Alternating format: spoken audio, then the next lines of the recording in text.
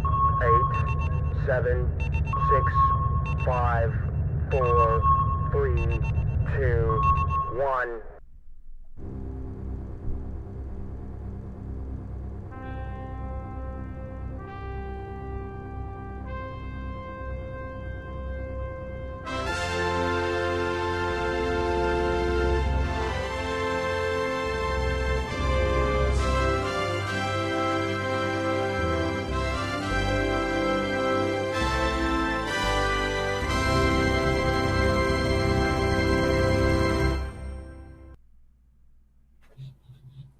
And hey, awesome. Greetings. What?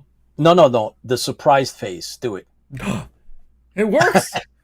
We're live. Welcome We're everybody live. to season 4. Season 4 of IFB Interfleet Broadcasting. This is the second to last episode for our season. I'm New York Pete. I'm here with none other than Chris, the Tipsy Toaster, one of my closest friends, and we want to thank you for tuning into our news and pop culture sci-fi entertainment channel. Full disclosure, Chris and I grew up watching 70s and 80s TV, movies, comics, cartoons, novels, and the rest. We're big classic Battlestar Galactica fans, so welcome to our corner of the universe, and we are just big fans of the genre, but we want you guys to know where we're coming from, right? We didn't just wake up and start watching it. That's right. But besides outer space, our background is we grew up in that era. We watched this stuff first run, and there's something to it, guys, that you don't get by just watching it later. There's other nuances, right? Whether it be the fact that the toys are out at the same time, or the trading cards and the books and the notebooks with the images and the magazines all have these shows happening. You're in that world as it's live, living it, and that it's kind of fun, a little bit different. So that's why we bring that up. We're very, very proud to have this show going as long as it is, and we have some really, really great guests, including John One, Dr. McAuley, and Clint is here with us. We have an artist, and he's done he's done some Galactica covers, and he's Warhammer stuff, and just all kinds of really, really cool artwork. Pete's fanboying. Yeah. I mean, I've seen Clint's work before today, before talking with Dr. McAuley about it. I have, over the years, I've seen this stuff out there, and now it's like, holy mackerel, he's here. So he's going to be with us. He's in the green room. John One's got his presentation. We're going to talk a little bit about, the Dragon Con. So John, that's, right there. Hi, John. Yep. John, how are you? John, Hello, you went to Dragon Con with Tipsy, so we're going to discuss a little bit about that. We have some really major announcements. John, so just before you get into your presentation, what was it like at Dragon Con this year?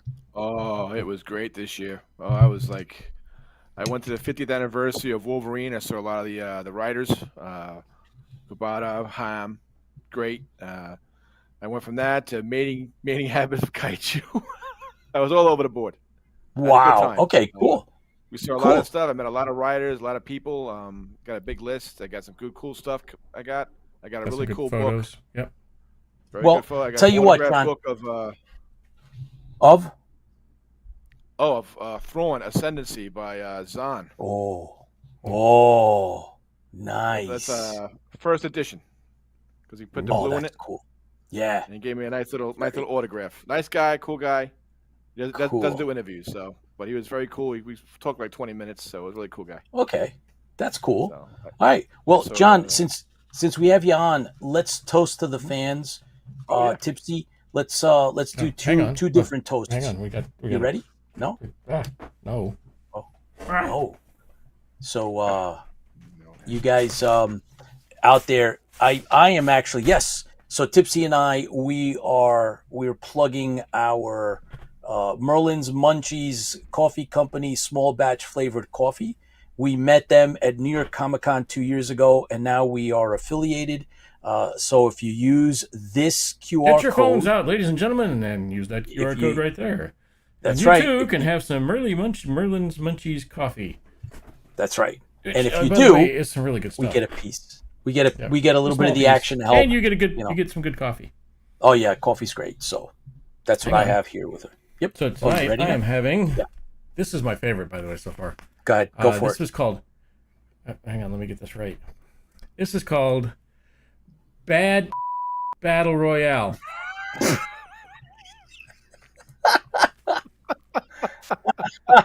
Okay.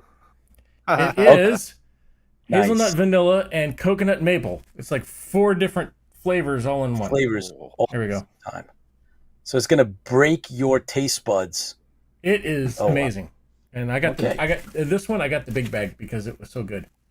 It's Cool. It's one of the bigger bags. And, Okay. 12 ounces, small batch, medium roast, and it smells amazing. And I always brew it as dark as my Cylon soul.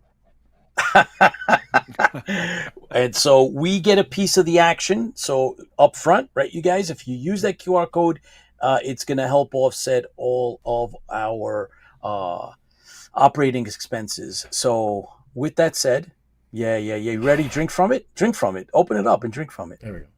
There we go. Oh, All right. My cup. Well, We gotta pour it right? We always pour it right. well, I already have I gotta mine be made. really careful. But dumping the beer on my lap would be no problem. Dumping this hot coffee in there's a different story. So Go for it. Oh, that's dark, man. Did you double brew that? No. Well, I added a little extra. It says add, 2 tablespoons per.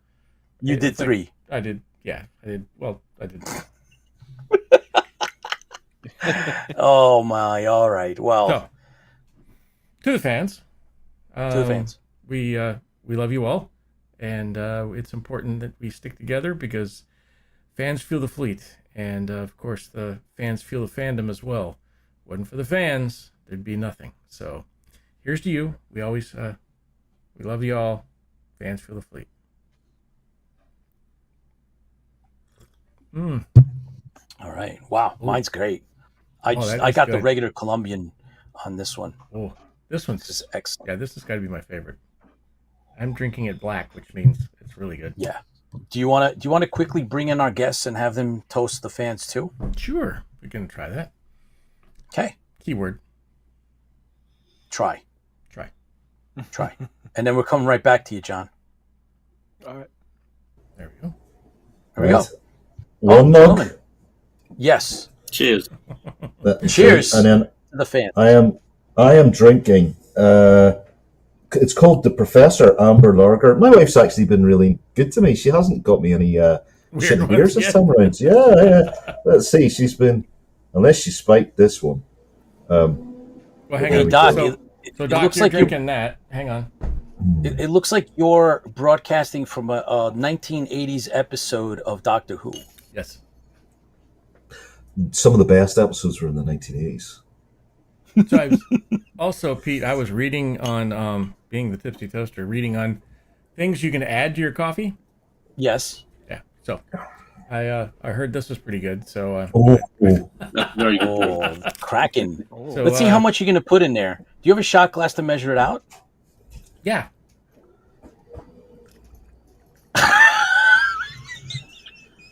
That's a bit of shot, isn't it? Yeah. That's a bit of In shot. his house, that is. It's one. Yeah. That's one.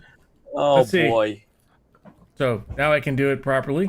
We all have Okay. alcohol now, except Yes. for Pete. That's well. Slash it. Drinking coffee. Yep. Fans for the fleet.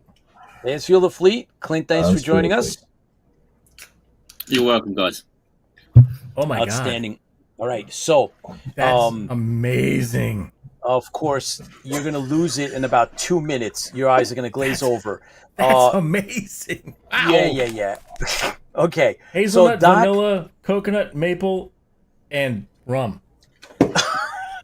all right. It's good. Doc McAuley and Clint, you guys are going to go into the green room for a minute. We're going to have John One do his little presentation, and then we're going to bring you back, and we're going to get right into things. So stand by, and everyone that's watching. Let me check this out. We got Bert Oliver Bomer and Steve McCormick and Janet Jenkins and Sean Shallow and Chuck Davenport and Kim and Lola, of course, and Charlene. Her name was and Lola. who am I missing? She was That's a right. showgirl.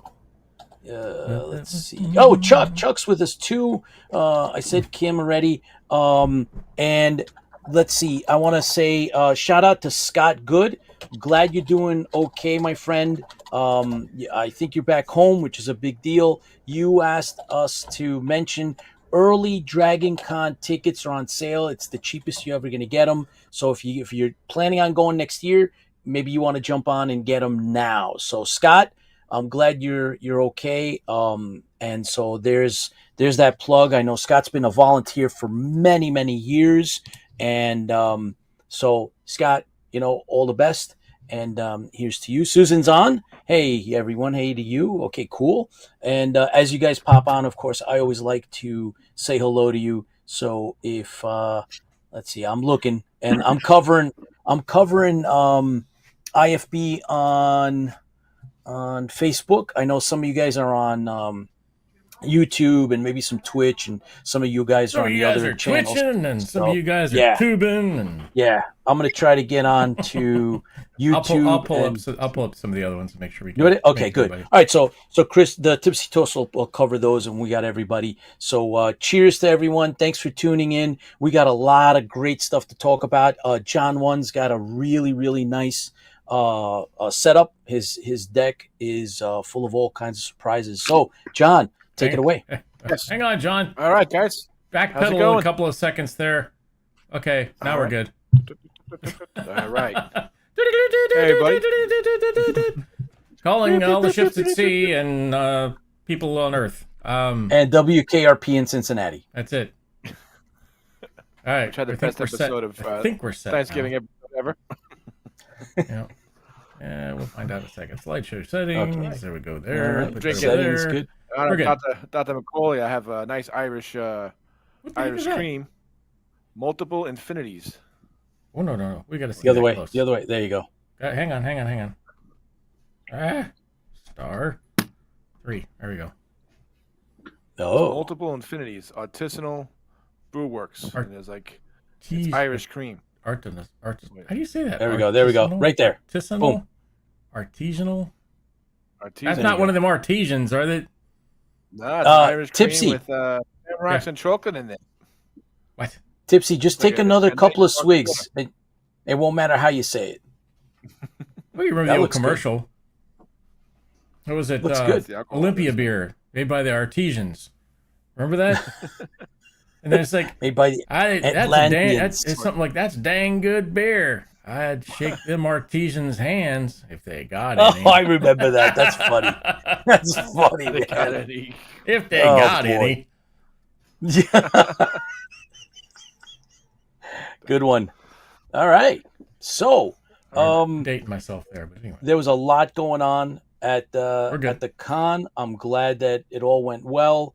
And hey, there's now it's looking towards next year, John. Right? I mean, that's what it boils down to, right? We keep going to the next one. Did you buy anything? Oh, I bought lots of stuff. Books. I bought some good stuff at the auction.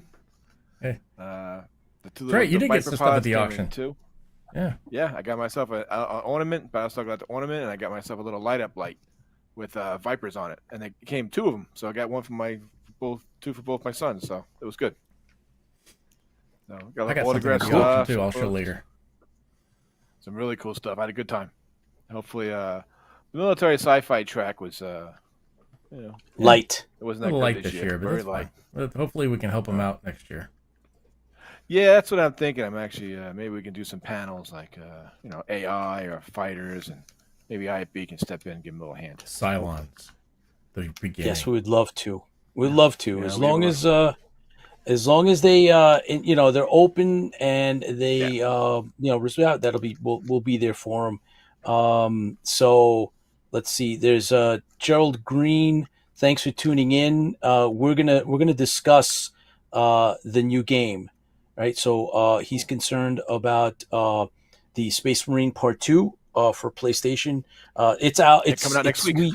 It's coming out next week, but Doc McAuley's been playing it, so we're going to do a review on it as best we can. Oh. So that's why it came up. George G is in the house. Nice. So that's great. Thanks for tuning in, everybody. Appreciate it. And all right, so it's all yours. All right. Go for it, John. All right, guys, I'm back on Dragon Con. I had a good time enjoying seeing everyone. Lola, Fran, Kim, Eric, everybody. We had a good time. We had some movies coming out. First up is Transformers 1, hitting theaters September 13th. It's a beginning story of all your famous Transformers. It's an animated movie. It tells you a story of Optimus and Megatron and, you know, how Optimus made Megatron go bad. But, you know, it's okay. I'm a Megatron fan, so that's coming out in theaters. And it's good to go with kids, too. I think it's PG-13, so it should be a good movie. And the next movie seems to be Megan All Grown Up. This movie is Subservience, out September 13th. It's about a man that buys a domestic android with AI. Oh, yeah. I remember that one. He needs her to help out with the family and the kids and stuff, and then I guess something goes wrong, and she becomes sentient and becomes very, very jealous and protective when the wife comes home. Wife comes back, and bad things can only happen. And did I mention the android is Megan Fox, so it's even worse. That sounds like a bad idea. Yep. There's some jokes there, but this is a family show. Yes. Hang on, I'm ready. Beep, beep, beep, beep, beep. And it's over. Yeah. And then after you do the teachers, beep. And I just started watching this series. It's creepy. It's like Lost, but people get eaten by monsters and they don't get out. It's a lot scarier. Season 3 of From will be on Amazon Plus and MGM Plus. That From or September From? 22nd. From. It's about a From story about people that drive on a road and they see a tree in the middle of it. Then they get stuck in this town. They can't. And I want to make sure if anybody can still hear me, go ahead and give me a thing on the end so I can find out if it's a. Yeah, we had a hiccup there. I was just trying to see if anybody wants to give me a text on that to see if they can still hear me when they were frozen. We're trying to troubleshoot that. Oh, that's interesting. So if you heard me when that went frozen, send me a text and let me know. Okay. Oh, Baz is on. Go ahead, John. And it's about monsters that look like us come out at night, and if you open your doors, they eat you, and a whole bunch of weird stuff. So it's a pretty good series. No, don't open the damn door. No, they don't, but they do. That's they do. Simple one. We're done. And then no more movie. Just can't get out of Movie town. ends. Movie just ended. Thanks, Tipsy. Yep, solve that one. Moving on. Yeah. So that comes out on. That's that. So the spinoff from WandaVision called Agatha All Along. That was about the villain, the main witch from WandaVision. That turned the bad guy. They fought Wanda and she lost. That's coming out of the new series now on Disney Plus. That's coming out on September 22nd. Agatha tries to get her powers back as she recruits a bunch of witches to do it. It looks pretty good. So I never finished WandaVision. Come on. I guess because it was DC and I was like, bah. No, it was good. DC. What are you talking about? I thought it was DC Comics. It was horrible. Nah, that was Marvel. That was oh my God. Witch. Oh, yeah, it was DC worthy then. You didn't have enough rum that night. That's the problem. Yeah, I don't know if there's enough rum for me to watch that show. I know I'll watch it. Yeah. Oh yeah. Terminator Zero is out on Netflix now. It's a very good anime. Actually, I've been watching this one. I didn't think it's that bad. Yeah, it's pretty good. It's one of the best ones. I actually watch it too. So I just started watching it the other day. I just noticed it was on. So that's on now. It's pretty good. So check that out on Netflix. And let's see. Studio president Kevin Feige confirmed they are currently developing a Nova series for Disney Plus. The Nova Corps. Yeah. Nova Corps from Guardians of the Galaxy. I think one of our guests might know that. And it's happening. The series is in development now. And Brad Worthington, the head of Marvel Streaming, also confirmed it. And he said the project will have both shades of Star Trek and Battlestar Galactica. So, Whoa. Whoa. happy that a big guy like that is saying Battlestar Galactica. So it's good. Yeah. It's getting out there. So the name is out there. I thought you guys got a kick out of that. Oh, And we'll heck keep you yeah. updated on the further developments. For sure. See what's going on. Another Universal Monster comic came out. Oh, yeah. Frankenstein. Ooh. So that's in the that's out in the new. Is it Stein or Steen? Frankenstein. Stein. Yeah, so all the variant covers for each one, so it's pretty cool. So I kind of like the Universal Monster thing. They're doing pretty good. So I like to give my part to do it. So keep them going. See some old Frankenstein back in there terrorizing people. Frankenstein. And Dragon Con had a good time. I wandered around. I had fun. Met a lot of cool people, and did a lot of damage. And I had to work a lot of overtime to pay it, but I'll do it again next year too. Dragon Con. Dragon Con. What was the latest night you stayed out? Did you do the burlesque show? No, I couldn't do it. I was exhausted. That was 3 a.m. I was like, I can't do it. I was like, no, I'm doing it. I went to some really cool panels, and I actually went to panels in each hotel. I went down to the Corlin where they had like X-Files and stuff, and I should have brought my aluminum hat, but my tinfoil hat with some of them. But I had a good time. The puppet show was pretty funny. That was really fun. That was good. Cool. Yeah, we watched Puppet Ninjas. I got the video for that one. It's kind of good. Oh, I want to see that one. And I met Giancarlo Esposito. I talked to him. I got his autograph. And yeah, I saw the picture. I told him he was going to be a great Dr. Doom. He's like, I know I would have been a great Dr. Doom, but he's going to be even better Sidewinder. And the new Captain America movie coming out next year. Ooh. So it's really good. Very nice man. Very device. I sat in a panel with him. I listened to what he had to say, and he's a great actor. He was pretty funny. So I had a good time. But is he a fan? Cool. That's what I want to know. I think so. He knew some stuff, so I think he knows his subject matter.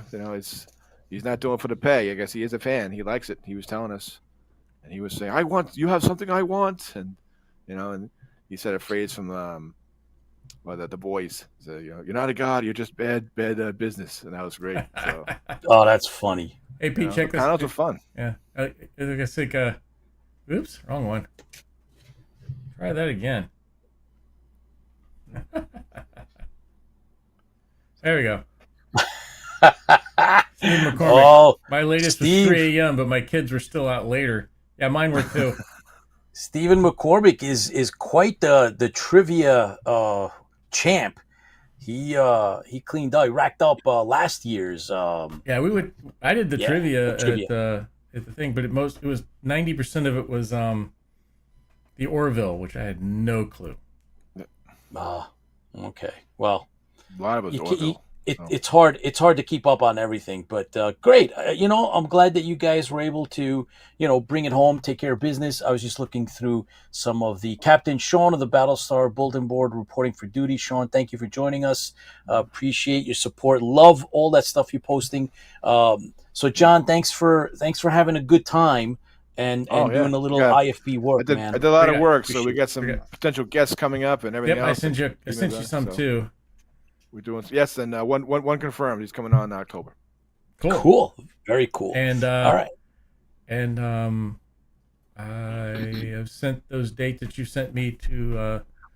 I guess we can announce that part too. Mr. Jean-Pierre Dorliac will be coming back on the program. Oh, we had him on he's like got our very first year. He's coming on to answer questions about the costumes. And talk about the costumes and his inspirations behind them and everything else. So yes, he was. Haven't got a firm date yet, but he said that he'll do it. So, and if you haven't had a chance, you can follow him on X. He's always X. Yes, you can follow him on X. He's always got some really interesting things to say. And if you got any questions about things, you can always put it on X, and he will answer it almost every single one of them. Oh, awesome! He is a really gentleman. Good. Yep. He really is. He was one of our first celebrity guests here on IFB for when we first started, and great guy. We asked him all kinds of stuff. He answered all of it. So if you haven't seen it, go back. It's archived. It's up on our.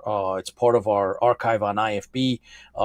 It's Jean-Pierre Dorliac. He's done all kinds of movies, TV, and everything else. So great man, and we appreciate him taking the time out to come and talk to us and reminisce a little bit about Battlestar Galactica.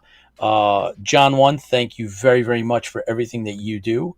And in the meantime, I wanted to mention, I got a bunch of things to talk about, but we have our IFB creative executive producer, Dr. McAuley's in the wings. But before we get him on with, of course, Clint Langley, who is our resident artist tonight, I wanted to show these off. So for those of you that know what these are, they are from the same company that made them for the show. And so this one cosplay collector, he ordered these up. There are no more, and he was selling these, and they were same design, same size, replicas that were used in a particular original sci-fi show on TV. And I don't know what they are. Oh, yeah. Well, let's see if anybody else get them.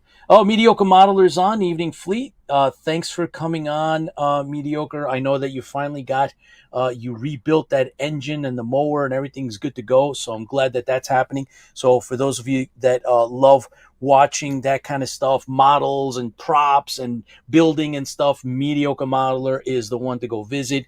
There's a lot of stuff. I also want to mention that I am a juror for the Brooklyn Sci-Fi Film Festival in New York City. Last year I was a screener. This year I'm a juror, and I'm watching some really great sci-fi. So for those of you that have any type of film festival that is, into whatever your genre may be, including sci-fi, think about going to see some of these things. The great stuff, from shorts to features. Some of them are fan films like ours, but just really, really cool stuff. And congratulations on the wins. Yes. Oh, we have a lot of wins. Oh, wow. I'm going to talk about that. But here is, for those of you that haven't seen or haven't ordered, here is the best webzine for sci-fi, fantasy, and horror, Schlock webzine. And notice that this is the Cylon picture by John 1, and he's credited. And this is dedicated to the Stranded Warrior. And the thickness of that damn thing. Yeah, it's really I was cool. blown away. I mean, wow. I think it's only like $4.99, but holy cow, that thing is huge. It's on Amazon, of course. And you guys can get to there's a link on our page if you want to go to it. It's an affiliate link, so throw some more money at us if you go there. But there is the Exile original short. Again, thanks to our IFB creative executive producer, Dr. McAuley, and this is an original short story that takes place in the Stranded Warrior world of Battlestar Galactica. And there's interviews with some of those of us that were involved in the actual production. And so we have a front cover, and that is cool. So we're doing the best to give back to the fans, right? It's our way of keeping Galactica alive and cooking. So too bad they didn't have that at Dragon Con. That would be perfect. That came in while I was at Dragon Con. I picked it up as soon as I got home. So I was like, yeah. So anybody, I don't know, did anybody get this? Anybody figure this out? I do not see anything so far. Is that from Buck Rogers, the Money Cubits? No, these are cloth. So they go on a uniform. I'm thinking Space Above and Beyond, but oh no, this is older. These are from a classic sci-fi, old-time sci-fi. Start throwing some things out there. Let's say Space 1999. Space? No, it was worn on their shirt, their dress uniform. Come on. They're different colors too. There's a bunch of them. No, let's see. It's I'm trying to think of a. Hey, Dave, what's up, Dave? Look, Dave Francoeur, a good friend, Dave Francoeur. I got these from someone online who does cosplay and does costumes from some of our favorite Star Trek sci-fi. That's right. It's from Star Trek. It's from the original Star Trek. These are the ribbons, the award ribbons that they wore on their uniforms. Very good, Chris Oh, wow. Laskowski from Down Under. Thank Nice. you, Chris. Yeah. So this is there's a guy that was that put these up. He had a bunch of these and made by the same company in LA that made them for the original Star Trek uniforms. He had gone in and bought them up, and he was selling them. I don't know if he has any more, but I quickly jumped in and got some. So I'm going to put those onto one of my Star Trek shirts that I have a Marco. For those of you that are big time, for those of you that are collectors that are familiar, Marco, he had a paper catalog that you could buy all kinds of stuff, including Battlestar Galactica stuff. And I have a set of the boots and a shirt that are from Marco Collectibles, and I'm going to put these on the shirt. Man, it's going to be great. So anyway, just a little bit of what we're up to here at IFB, and welcome to the show, everybody. In the wings now. I think it's about time to do the big reveal. Our IFB creative executive producer, Dr. Chris McAuley, is with us tonight, and we're going to talk some gaming, Stokerverse, and some of the things he's been up to. And of course, Clint, thank you for joining us as well. I hope you weren't dragged too heavily through the streets to come on. I know that you have a link to a lot of cool things, including Battlestar Galactica as an artist, and you do some really, really cool stuff, Warhammer and otherwise. And we have some of your artwork that we're going to put up. So thank you for coming on. So Doc, what's up? Hello. Everything's up. Everything's going well. I could complain, but nobody's going to care or listen, right? But no, everything's going well. It's great to have Clint here. I do want to touch on this before we bring him on to talk about his art. But he's been a long time favorite artist of mine. His work's mesmerizing, and it's just, there's a hyper realistic style that comes through that brings stories to life. He's worked on things like, we talked about Warhammer, Battlestar Galactica, Slain, some classic 2000 AD strips like Sinister Dexter, obviously Dread, but he's also worked on the Stokerverse. And I have never been as proud of a product as much as I have with that RPG, and I know you have a copy of it. Pete, and it's absolutely beautiful, and it is actually one of the first pieces of transmedia that Decker Stoker and I brought out, and it's the first ever game that the Stoker family has ever endorsed or ever had part of.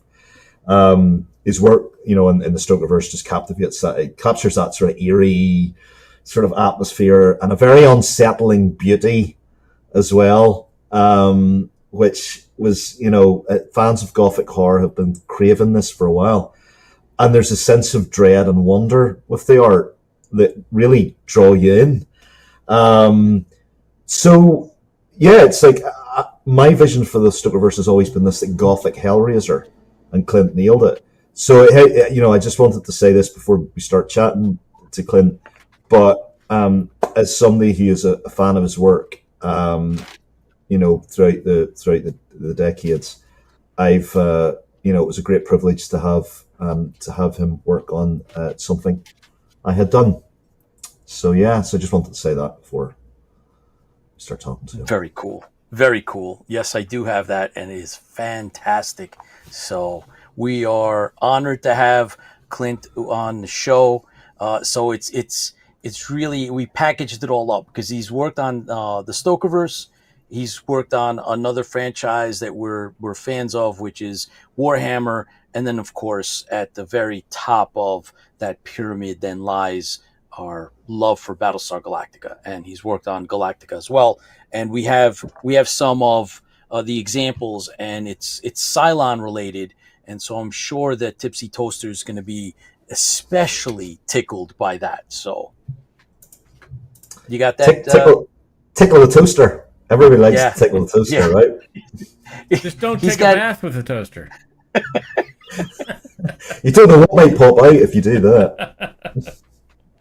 Oh, See, I boy. just don't know what's going to come out of my mouth, and I promised my wife I would be more reserved than I was last week. Oh boy. So, can you now fill us in a little bit about? I know. Look, so Doc, you're doing some testing.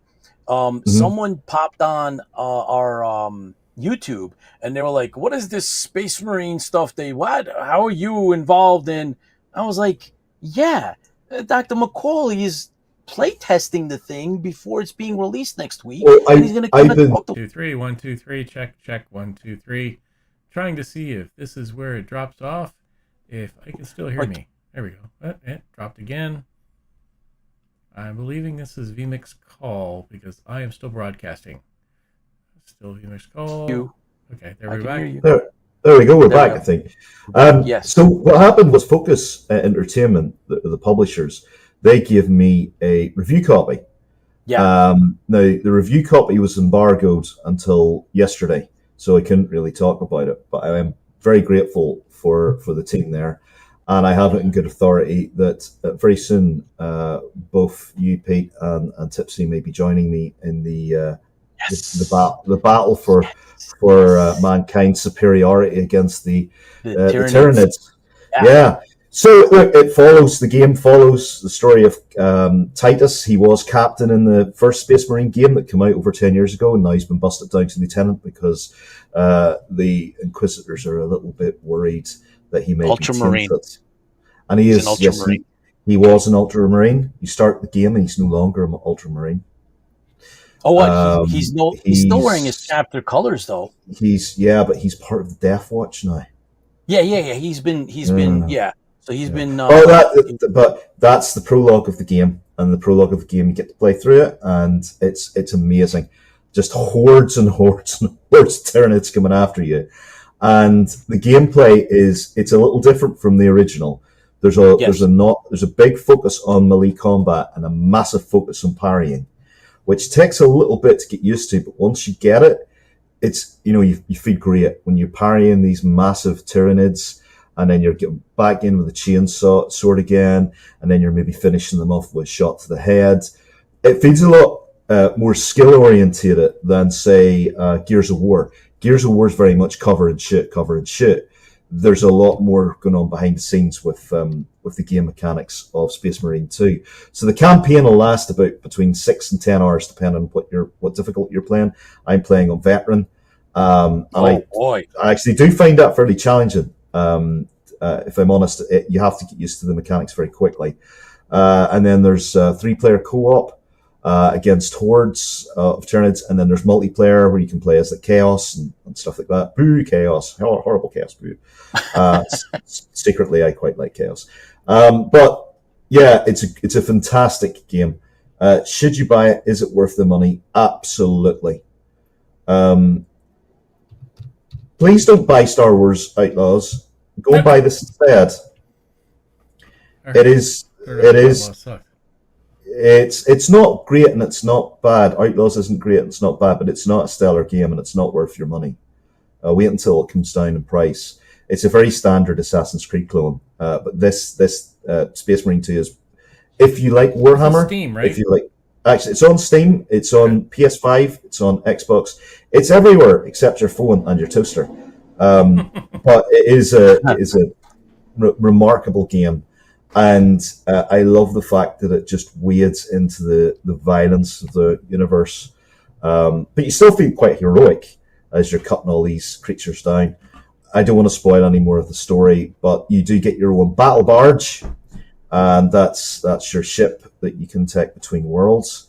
And there's a lot of DLC coming for it. Some of it is free, and then there's a season pass. Focus Entertainment was very kind enough to give me DLC and season passes as well, so I can continue to talk about this game as more gets released for it. So there you go. I have to try to play it online. Outstanding. Yeah. So Titus is. I've read a bunch of the novels, and so he's on temporary duty with the Black Watch. So he's sent away, and he's got he there's some he's got a really cool backstory, and it's really really cool. So he doesn't actually, the codex for the Ultramarines is everything, and he's having issues with interpretation, and his missions are successful, but there's questions on how he does it. So that's Yeah. why now I- he's been sent out and away. Get the first game. The first game's only like $13 in Steam, I think, at the minute. It was published by Sega. It came out 10 years ago, but it still holds up today. And it's an incredible story. You're involved in an exterminatus, so destroying an entire planet because it's overrun by orcs and things. But you go onto the planet, kill lots of orcs, and then lo and behold, you find that Chaos are actually pulling the orcs' strings. That's sort of a little bit of a trope for Warhammer 40k, but it works very well. This is it. This is it, indeed. Yeah. Wow. That's it. Now you need a fairly meaty PC to run it with all the settings, but it's a beautiful game. It's really well done.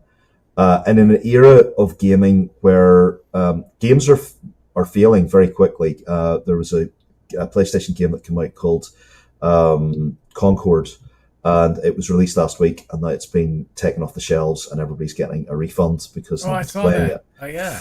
It's please listen to what gamers want. Don't try and tell us what we want, because that never works out. Let us tell you what we want, and we'll make it. And I'm speaking as somebody who works in the gaming field, and that and as somebody who's a gamer. But yeah, well worth the money, guys. Well worth it, and definitely get the prequel as well if you can find it. I think it's on Steam. It's incredible. There we go. There's a bit of footage of somebody playing it. Wow. Yeah, that's in the campaign. Yeah, so in the distance you'll see the Tyranids, and it's just waves of them, and you will encounter they will completely overrun you. So to the point where you're just using your chainsword all the time. I had such a good time with this. My face was like in a permanent smile as I played it, and big shitty, big stompy guys in space marine suits and lots of shooting and lots of action. What more do you want? And if anybody wants to get into Warhammer, I mean, I suggest the novels by Dan Abnett. Dan Abnett's a master storyteller. Yeah. Absolutely. He's an amazing craftsman. I actually started reading Dan Abnett's stuff when I was a kid. He did the Real Ghostbusters annual for Marvel UK. And I was chatting to him about this, and I found one of the old annuals that I brought with me as a kid. When I moved to Canada, I kept all my old annuals, and I hadn't realised that he had written for one of them, and he had. Oh wow! So he's done a lot of stuff. He's done not just Warhammer. He's done a lot of 2000 AD stuff. I'd love to bring him on as well if we could ever get him. But there we go. Yeah, Space Marine 2, coming out in September 9th. So there you go. That is so cool. And thank you for giving us the scoop on that. That is fantastic. So besides the the gameplay, I mean, look at this. This is incredible. Yeah, we're looking at another. There it is. There's the Tyranids. Mm-hmm. Oh man. You get a lot of different types of Tyranids as well. And the story progresses. It's a captivating story. Like I said, the campaign's 6 to 10 hours, but you will play it again. And the meat of it is in the multiplayer. I mean, that's a warning for people. The meat of it is in the multiplayer. If you don't like multiplayer games, it may not be worth your full $70. But this is a true Warhammer experience to become a Space Marine. Wow. And you're not just a Space Marine in this one. You're not just an ordinary Space Marine. Something happens to Titus. Oh boy. Well, there's stuff that happens to him in the books. So, oh boy. Okay. There you go. Wow, look at that. That is incredible. Yeah. Ooh. So there you go. Yeah. Yeah, the Inquisition, like you said, has their eye on him, and they're worried about his his It mission. is better to die for the Emperor than live for yourself. That's right. That's right. Oh my God, it's so cool. Oh, and on top of that, Clint Langley is actually here with us, and he's worked, like you said, on he's done work for Stokerverse, and he's been doing work and has done work for Warhammer and 40K for years, not to mention Battlestar Galactica. So I think that before we go any further, let's bring Clint on. And Clint, welcome to IFB Interfleet Broadcasting, and you're amongst your fans here. So Thanks a tell lot. us, Thanks a lot, guys. tell us about your projects. How do you do this stuff? How does it happen in your head? How does it go from somewhere your mind's eye to then on paper? How does that happen? Well, I suppose it's different with each commission or whatever I'm working on. Say, for example, just seeing all it looks fantastic. I must say, that Space Marine game. Working with Workshop, obviously, it's such a established brand. It's you pretty much are just trying to sort of keep it so it kind of works for the fans. You know, you're following all the sort of years of work that's gone into it. So you do your best to, I suppose you do your best to sort of keep it right for the guys and the people who play it. And for me, I grew up reading White Dwarf mainly because of the artwork. I just lapped up all the artwork years ago, sort of Ian Miller and John Blanche, and I love the sort of dark universe. So yeah, it was always a dream for me to actually sort of have a chance to work at Games Workshop, and I was lucky enough to really do quite a lot of work for them, as well as sort of doing the novel covers for the Black Library. I did a lot of work for. I did a card game. I think it was called Shadows of the Warp, and that just really allowed me to pretty much cover pretty much the whole universe of the 40k universe, as well as some of the Warhammer universe itself. So yeah, so it's each project really. It's very different. So Clint, I mean, so yeah, obviously, the approach and each one of the the jobs and the storylines are different. How do you get into the mindset to do? I mean, from Stokerverse to Warhammer, or even when you did the covers of the Battlestar Galactica stuff, what do you do? Is there any prep that you do specifically, or a methodology that you have to help you do that stuff? I think it's a love of the material. I grew up. I remember watching Battlestar Galactica. I think it would have been 1978 or something like that. I would have been about 7 or 8, and I really loved it. It was following on from Star Wars, which was like the first glimpse of seeing kind of proper spaceships and that stuff. And therefore, when somebody comes to you and they say, I want to do Battlestar Galactica, you want you to do a Battlestar Galactica cover, I just thought Cylon. That was the first thing I thought. Yeah. Let's get a big Cylon head on there. And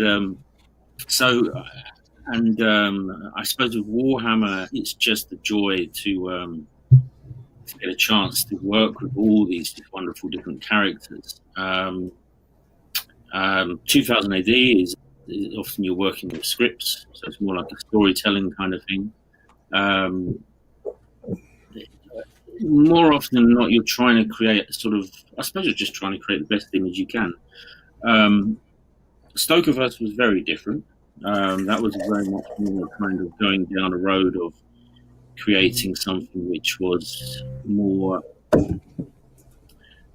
I suppose, uneasy. I wanted to create something which was creepy with Stokerverse. I wanted the artwork to almost allow itself to sort of create itself, rather than obviously working with sort of Games Workshop, where you do get to sort of add a lot of your own ideas to sort of the Games Workshop stuff. But ultimately, you've just got to nail the you need to nail the design, and hopefully just try and create the best version of it. I mean, for me, sort of when it comes to Games Workshop, I love, like I said, coming back to artists. Adrian Smith, for example, he was an artist who you want to try and stand up and be counted alongside these guys.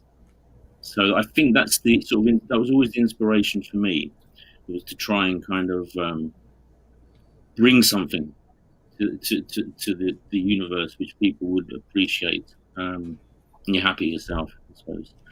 I mean, you can also talk about traditional art and digital art and all sorts of stuff like that as well. So it does depend on what you're looking to create, I suppose. How you're going to do it. Clint, did you participate in? Did they use your art in any of this? This is the Panini. I'm not sure. This was the sticker albums that. Because it reminds me very much. Some of this stuff is like, I was like, wait a minute, this looks quite familiar. The Warhammer did a whole Panini.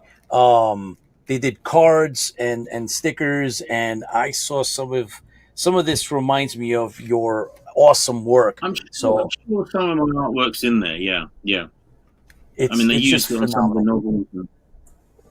Thank you. Definitely the novels. Oh yeah, I actually have many of those novels. I have the original actual first editions of your work on those covers, which is just phenomenal. And it's just, are you a school trained artist, or is this something that you developed on your own? I was always into comics. I was always into fantasy art and sort of genre art, really. But I did go to college. I studied. I did a sort of it was called exhibition design, but it was a course which basically I did everything from sculpture to etching to photography. So it was just it covered all of the arts, and for a while I was going to be I was sort of planning to head into fine art, but that just. It just didn't feel natural for me. So I eventually kind of figured, well, I used to love comics. I'll give that a crack. And it took me about a year to get work for 2000 AD. This was doing work traditionally at the time, painting by hand. And eventually I kind of got my first gig. So doing a story called Dynasty for 2000 AD, which was about kind of dinosaurs who were sort of spin-offs of the royal family. Oh wow! How did that play? Yeah, they were called the Windsors, as it were. These dinosaurs, the Windsors. But it was a good fun story, and it was good. It was a good story to sort of learn how to. Because when you're doing a comic, you're doing 6 panels a page. I was learning as I was going along. So by the time I'd finished the 60-page comic, it was all fully painted by hand. I kind of looked at the progression as my art improved over the sort of 2 years it took me to actually complete it. I was lucky enough that the editor at the time was very, very lenient with me. So, Clint, I'm sorry to get into a little more specific in terms of your artwork and the commissioning. Do you get to keep? Or do you have like your original covers? Are those done with like for example, the Battlestar Galactica covers that you did? Is that something that you still own? Are you allowed to own them, or how does that play? Well, I think the Battle. I'm not sure if I did many Battlestar Galactica covers. I think I did one. I was meant to go on and do more, but I found it was quite difficult. I think it was because there was something about it I did find quite difficult. The actual main cover is digital. It was digitally done in Photoshop.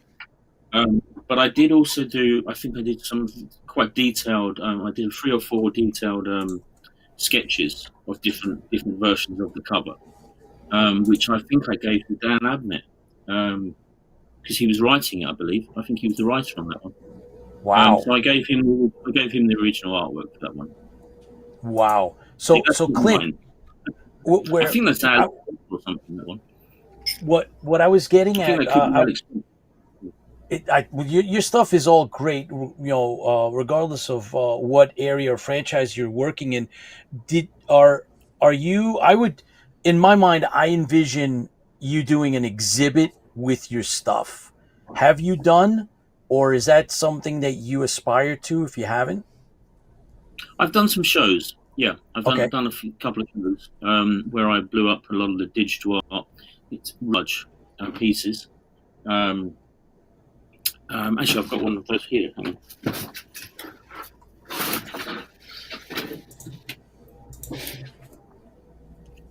Excuse me. Let's see if you can see this. Whoa. Oh boy! Wow.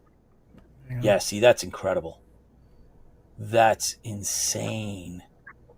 Wow. I'm sure somebody somewhere has a tattoo of that. Oh yeah, for sure. Why wouldn't they? If that's their thing, man. So, Clint, have you done any of those? Have you done an exhibit in the States? No, never. No. I've worked with obviously companies in the States, like Marvel and that kind of thing, and but no, I've never done an. And hang on, we'll switch that out next week. Tipsy, are you? Yep. What does it take to do something like that, Clint? What is it that you would need to have an exhibit of your work done, and how could that happen? I don't know, really. I suppose it would take somebody who was interested in doing it.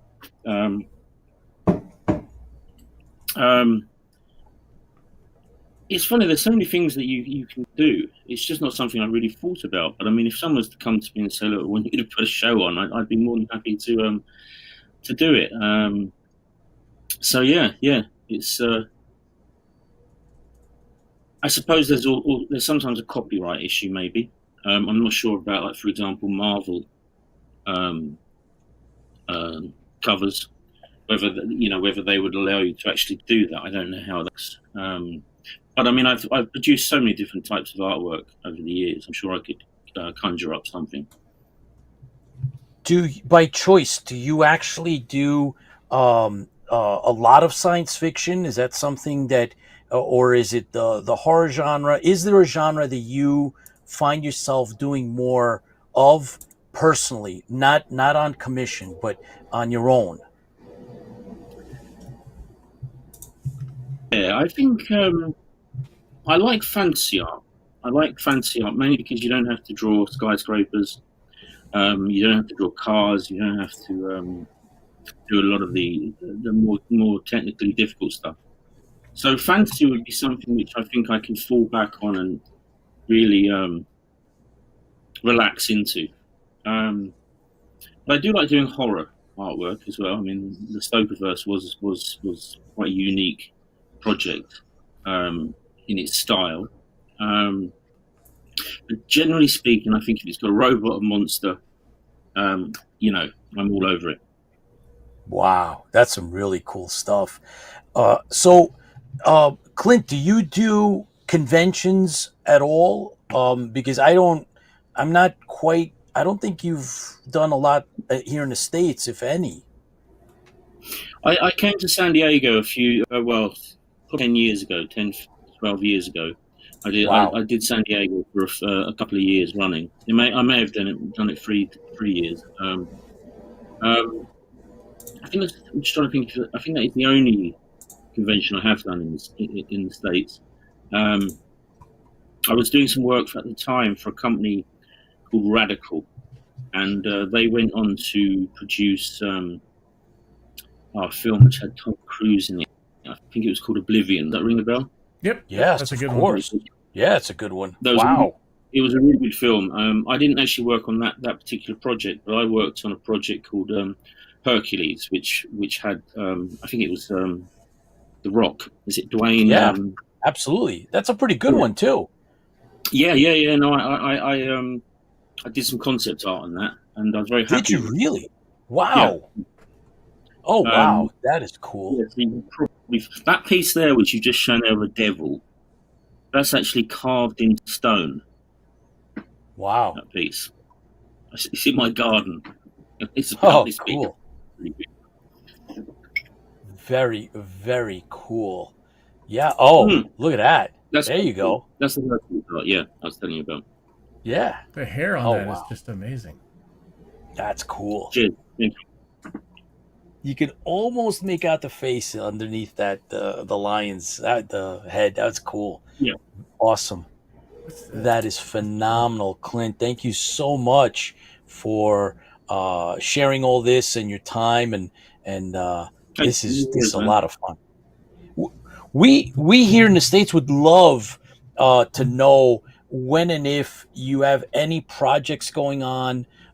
There have been, I know that you've published books of your artwork in the past, but we would love to have you come back at any time that you have any kind of, there it is, Art of Clint, here it is, Dark Visions and the Grim Worlds of Warhammer. If you have anything coming up, if you have any work projects that you can talk about, or maybe another book, or hey, who knows, maybe you're going to a convention, please let us know. We definitely would like to help promote your work. We love what you do, and man, it's a privilege to have you here. Well, absolutely. Thank you very much. I mean, if you like my work, and especially if you like, say, for example, Warhammer 40k, you could check out. I think it was 8 graphic novels, all in the same style. It's comic strip, but it's all done in that fully rendered style, and it's called the ABC Warriors. And the ABC Warriors has also just recently been turned into a tabletop miniatures game by Warlord Games, and it's called the ABC Warriors: The Volgan War. And they've just done an absolutely fantastic job of the miniatures. They really have studied the artwork. And they've released, I think they released the 3rd wave just recently, which has a robot spider. Wow. Figure size. So if you typed in Warlords, the ABC Warriors, it's called Volgan War, Increase the Peace, you can see it. And I believe it's done by people who used to work for Games Workshop, Warhammer. That's it. So there's a whole sort of comic books which you can check out. If you're into fantasy, check out Slain, the Books of Invasions. That's a full-on kind of. Slain was made very popular by Simon Bisley back in the sort of early 90s, and I sort of had an opportunity to sort of go on and sort of carry on that story for many years. So that's wow. If you're into your Conan, then I do suggest check that out as well and you dig it. Very cool. I'm going to bring on our creative executive producer, Dr. McAuley, because he wants. I believe he's got a story or something to share. Doc, what's up? You've caught me mid-pour. Hold on. Why just stop pouring? Just keep going. I just keep going. Just keep going. So yeah, it's interesting. We have a mutual acquaintance, Pat Mills, and that was so. The story is, my mother used to get me 2000 AD, just thinking it was a comic book. She didn't really know what was inside the pages of that comic book. So when I was at school, Lord of Misrule was in there, right? Oh yeah. My mother was quite happy. Buying me, she saw Judge Dredd on the cover and all the rest of it. And then one day, she happened to open up 2000 AD, and there was your artwork for Lord of the Misrule. I grew up in a very strictly religious household, and I was, hoarding these very Yes, I was hoarding these. I was hoarding these very subversive comic books under my bed. boy.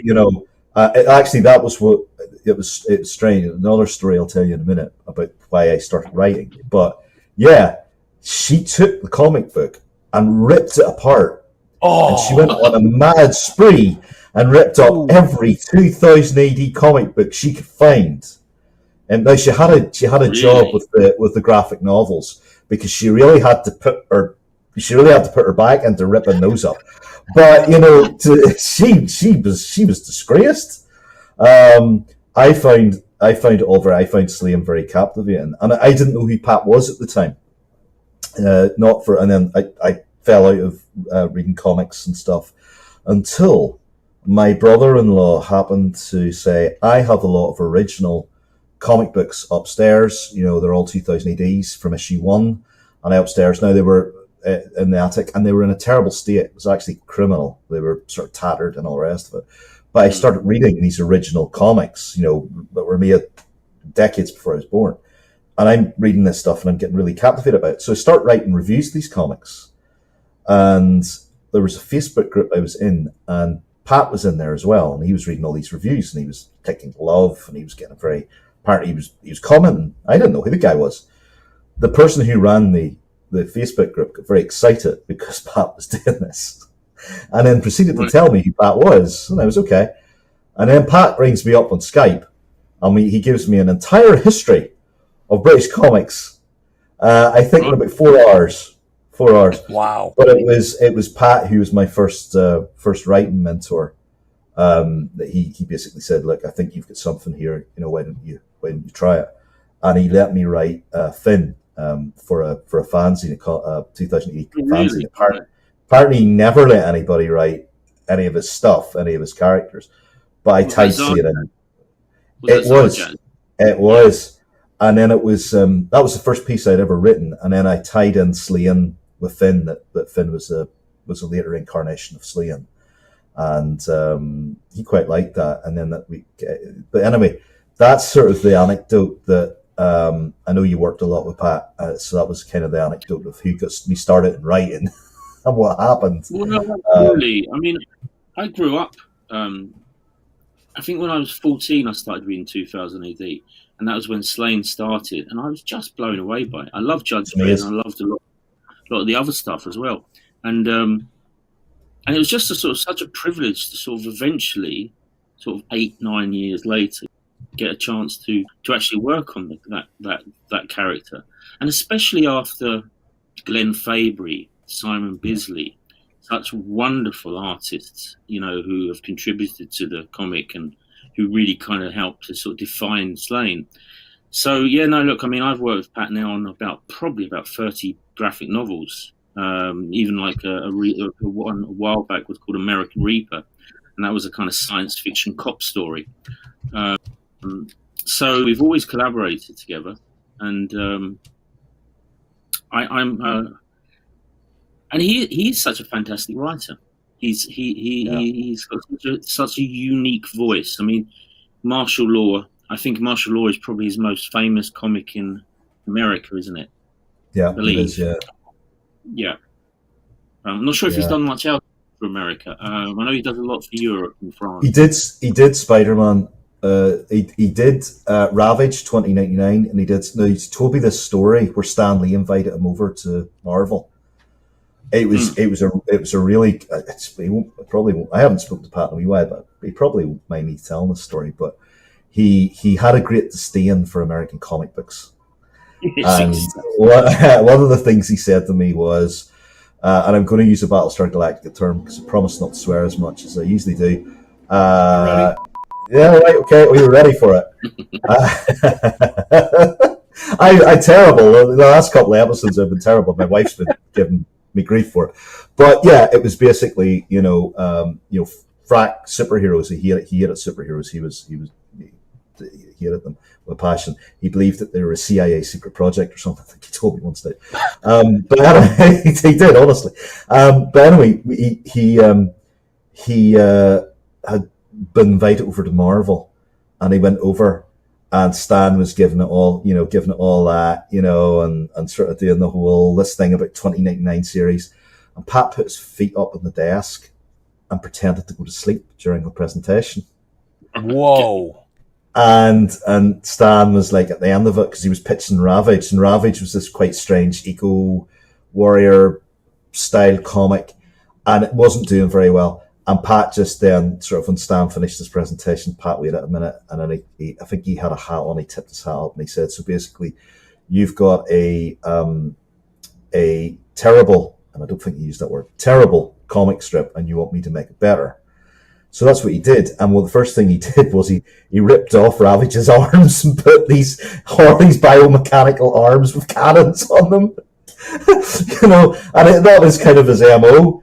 And it was interesting listening to the stories, and he kind of imbued me. I love great writing in comic books, and the stuff that I'm doing, I hope I sort of entertain, as well as I try and submit subversive flavor into the Stokerverse as well, all of that kind of stuff. But I love what you've been doing, I must say. Thank you very much. I've recently read those stories that we're working together on, and yes, new project, folks. But new project coming out between the two of us. But we'll tell you more about that later on. Yeah, it's very exciting project. It amazes me actually how much you can get into one sentence.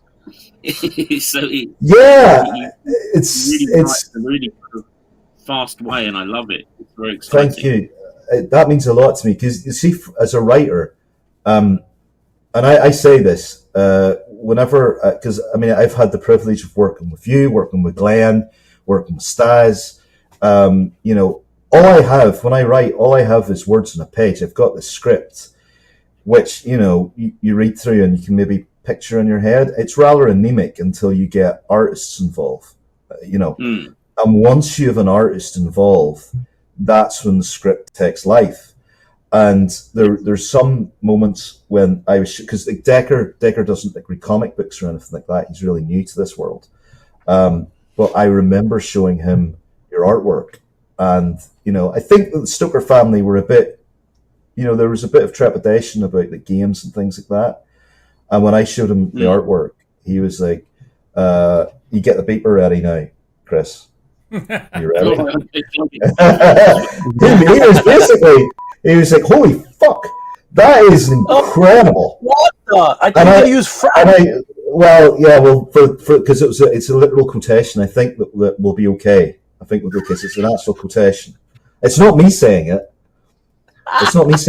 It's somebody else. So, but he did. He did, and I said to him, if could we imagine? Because the whole thing about Stokerverse is that we always want to honor Bram Stoker. So everything we were doing, like the RPG, would Bram have liked this?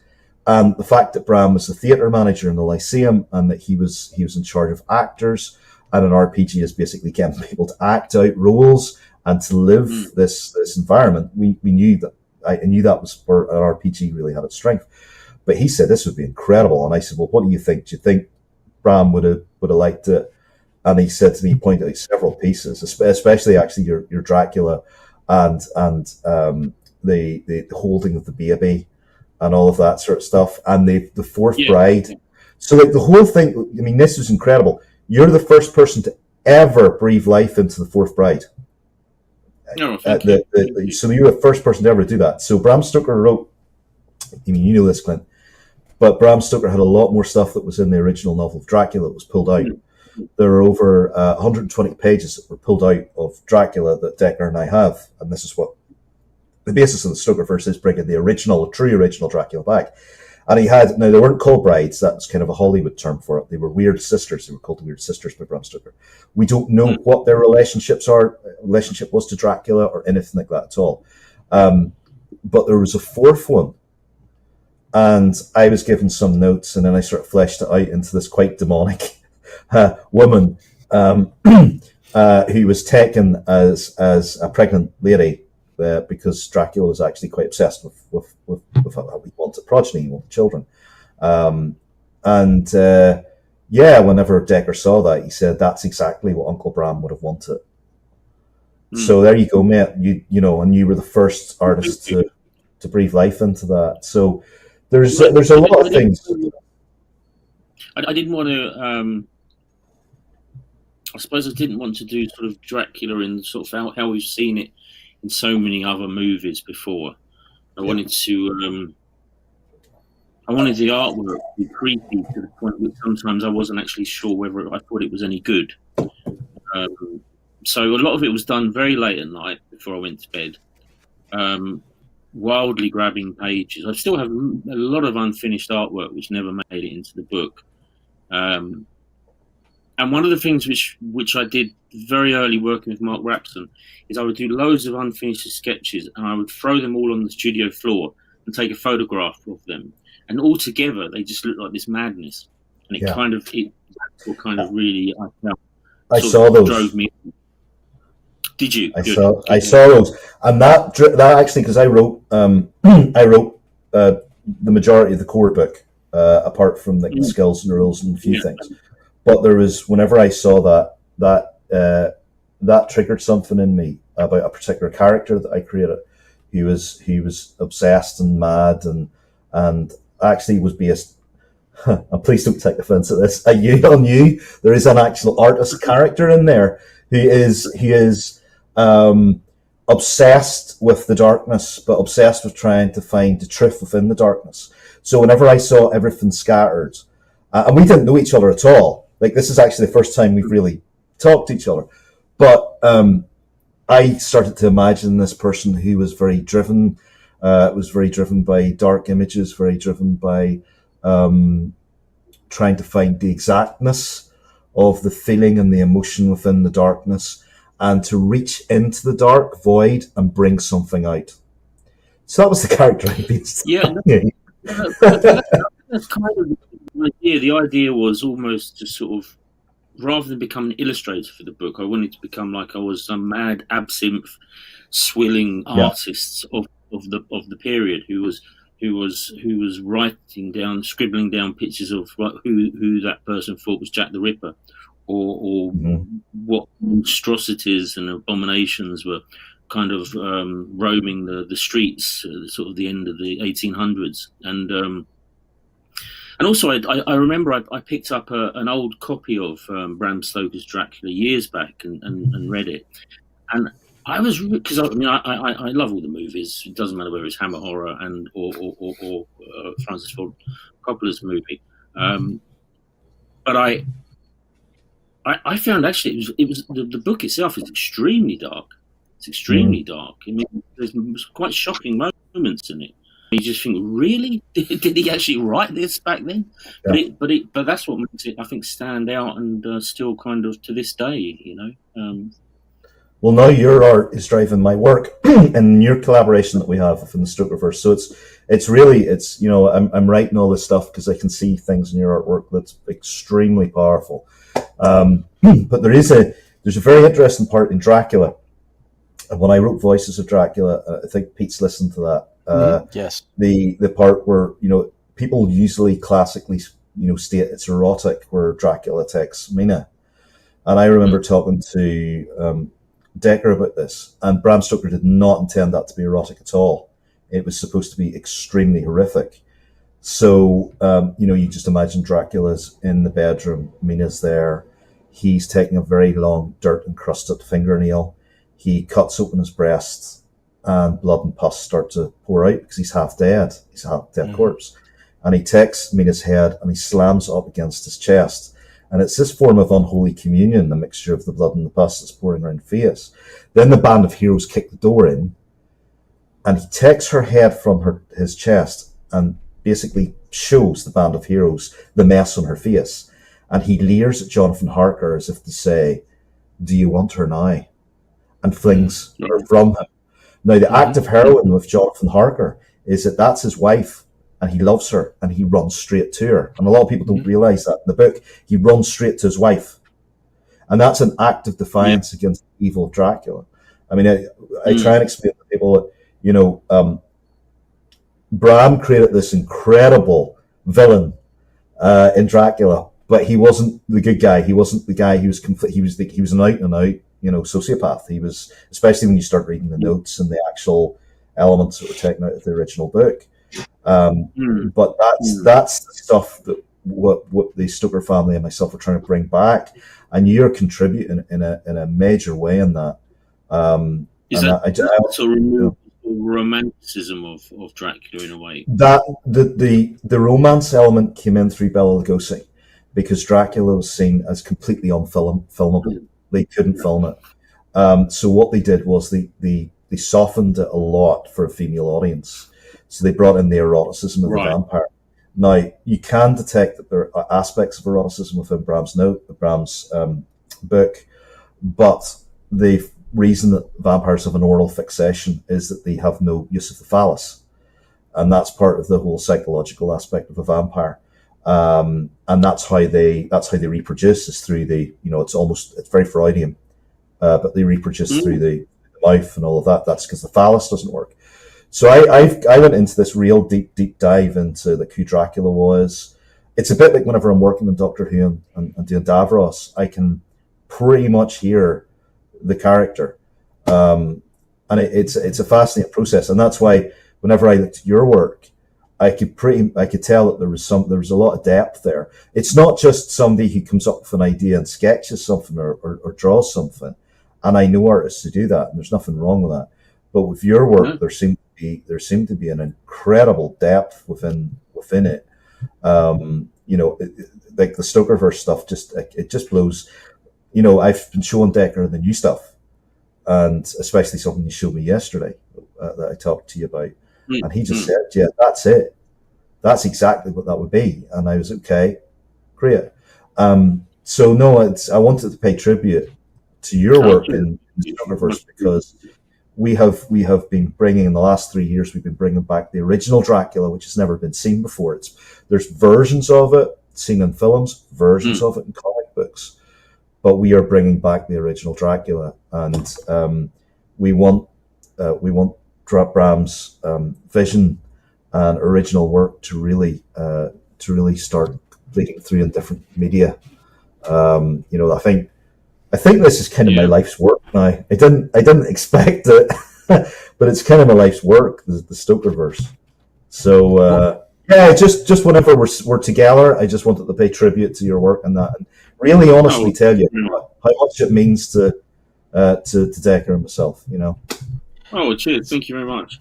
Actually, I just wanted to sort of bring up something on a slightly different subject, but it was the Ultramarines. When you were showing that video game earlier, I don't know if you remember, but years ago they released an animated Ultramarines movie. Yes. Do you remember that? Yes. Sean Pertwee was in it. Sorry? I have it. Yes, Sean Pertwee was in it. I have it. Yeah. They came to me, and if you ever want to put yourself through it again, but I mean, the people who worked there, they came to me and they wanted me to do some concept design. But because the detail of my art at the time, because I've been doing all the covers, I had a lot of the sort of files to create very quick kind of design work. They literally took my artwork and then they reanimated it into that. Wow. So when you see everybody running around, it's my artwork. Wow. I didn't. At the end, I think that's Adrian Smith who did the demon at the end. But but the only thing I thought was wrong. I mean, it was okay, but the Space Marines had no weight when they ran around. They didn't feel heavy, did they?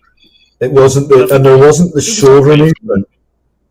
There needs to be that shoulder movement as they walk. There's that they're pushing themselves forward with the armor, and you didn't get that. But that game you showed earlier looks fantastic. Oh, it's brilliant! It looks like the art of Warhammer, moving. It's brilliant. I was sort of skiving off work today to play it. If my boss is seeing this, I'm dead tomorrow. But I was sort of skiving off a little bit. But I mean, I love what Warhammer TV's doing now. A lot of the stuff they're doing. I don't know if you've caught that, Clint. I haven't. No. Some really good stories in there. Warhammer to me, it's that the grim dark stuff. I suppose I'm not a dark person at all, but I'm very much pulled to the dark. very much pulled to that darkness. And with Warhammer 40k for the military sci-fi element of it, it's absolutely, it's just incredible. The lore and all of that sort of stuff, you know. But yeah, it's the game is well worth. I don't know if you have a PlayStation or if you play games, Clint, but it's honestly well worth your time to sit. I was a big fight game. I love fighting games. Soul Calibur, Virtual Fighter, all those games. I wasted so many hours when I should have been working on artwork. Yeah. Those games. Yes. We're all guilty. Left, right, all up, guilty. Yeah. So there was one question that I'm just going. Well, first of all, gentlemen, let me just point out that Paul, Commander Kane, is watching over on YouTube. So Great. Glad to hear that you're here with us. Same with Scott. He jumped on, so that's cool. But the John 1 brought up the concept or the idea of prints, right? So if you can consider putting that into the scheme of things, Chris, your Stokerverse, Clint artwork and prints. Like a lot of fans want to own a piece of that, right? So if there's a way to have those made available to the market, I think you'll find that a lot of the fans would like to own some of those. Well, so we can't speak for the Marvel or some of the Warhammer. I'm actually into that idea. You and all the artwork for you and all the artwork for the stuff we're doing, the new stuff we're doing, Clint. So yeah, just get it out there and get it out. So yeah. Well, the new stuff, yeah. I mean, I'm sure that even Mark is it Mark Rapson, isn't it? Who is Nightfall Games? I'm sure that he would also be happy to even to happen with a conversation. But if not, we could always the new stuff we're doing together on this new project. I'm sure I can conjure up. I'm going to conjure up a few beauties. That's what I'm going to try and do. If you could do one with the Mina thing that I just talked about, that could be a good one. I don't know if that's something that you'd be interested in, but that might be a good one because the true depiction of that has never been seen. It's always been a more erotic, but if you can blend in that real horrific, visually horrific aspect, it is a form of satanic communion. That's exactly what Bram was pushing with that. That Dracula. So I'll segue off here just one last time on Dracula, because I'm sure people are sick of hearing about this. But Dracula signs his name for Carfax Abbey as Count Mandeville. The original name. So I've seen this in Bram's original typescript. Is not Dracula. It's Count Wamphere. So Dracula was not based on Vlad III at all. And this is something that a lot of people get wrong, and it comes from the Coppola stuff. And I always thought that until I had seen the notes and got the Stoker family research. So what happened was the original title for Dracula was The Undead, and his editor Otto Kleiman of Archibald and Constable said no, they want one word. So he had to go. He went to the British Library, and if you go there, you'll see Bram has actually defaced books on the library, and they have it there. But he found a book by Emily Gerard, who was a Scottish author, and the book's name was The Land Beyond the Forests, which translates to Transylvania, and it's all about the Transylvanian myths. And he saw Dracula. Now, the reason he chose Dracula was because Dracula meant son of the dragon or son of the devil. The vampire that Bram wrote about was always going to be the son of the devil. That's why he chose the name Count Mandeville. So that's why he took Dracula. It wasn't because he had this great whole thing about Vlad III. Now, in the second chapter of Dracula, you'll see that whenever he's saying who he is with Jonathan Harker, it's all very jumbled. It's not really the story of Vlad. He talks about being part of the a tribesman tribe and all sorts of things and all this stuff. It was Coppola's version that really cemented the idea that it was Vlad III. So Right. that's Because it. I think we all think of him as Vlad, Vlad the Impaler. Yeah, Kind of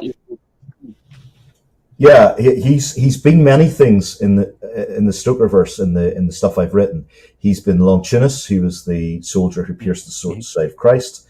He's been he has been Vlad III, and there was a real magical skill called the Scholomance that was of dark wizardry, and it was in a lake called Hermannstadt, and it was covered with mist, and you would go. And this is a true story. If you're a European ruler, you would send your children to this Scholomance, and you would have learned, alchemy and all sorts of things. And it was always said that the 10th child would be given to the devil in payment. And Vlad was that 10th child, and I've written a story about that where he actually meets the devil, and he drinks blood from the skull of Christ, and the headmaster of the Scholomance is Judas Iscariot. So maybe this is giving you some ideas.